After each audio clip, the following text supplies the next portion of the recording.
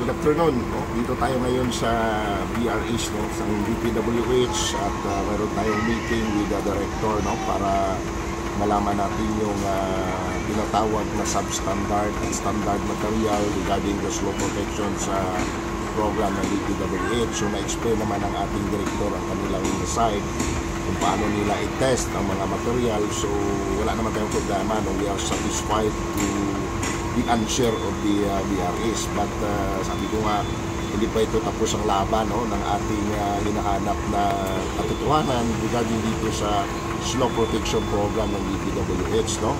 Siguro may mga kunti pa tayong iimbestigahan at tuloy-tuloy ang ating investigation, no, at sana sa mga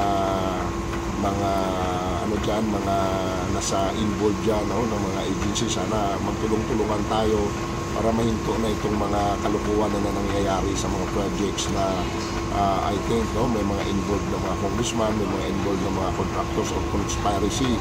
So naghingi tayo ng tulong, no, sa mga nanonood ngayon o sa mga kawani ng mga departamento na magbulong kayo sa amin, no. Pwede nyo naman i-email sa ikasanag@yahoo.com or any of our members and officers na maparating natin ang katotohanan para sa pangalan ng tinatawag transparency. Let us help, unite, and work hand in hand to address the problem in our country na lumala sa corruption, because we believe that corruption is the cause of poverty is corruption. So maraming salamat, no, sa pagpatuloy ng mga suporta at patuloy na paglawak ng ating advokasya sa Task Force Kasanag. No, once again, good afternoon and advance Merry Christmas and a Happy New Year to each and everyone. Sir, dyan sa tingin nyo, mayroon bang magandang resulta yung pag-uusap nyo ngayon sa mga namumuno sa Bureau of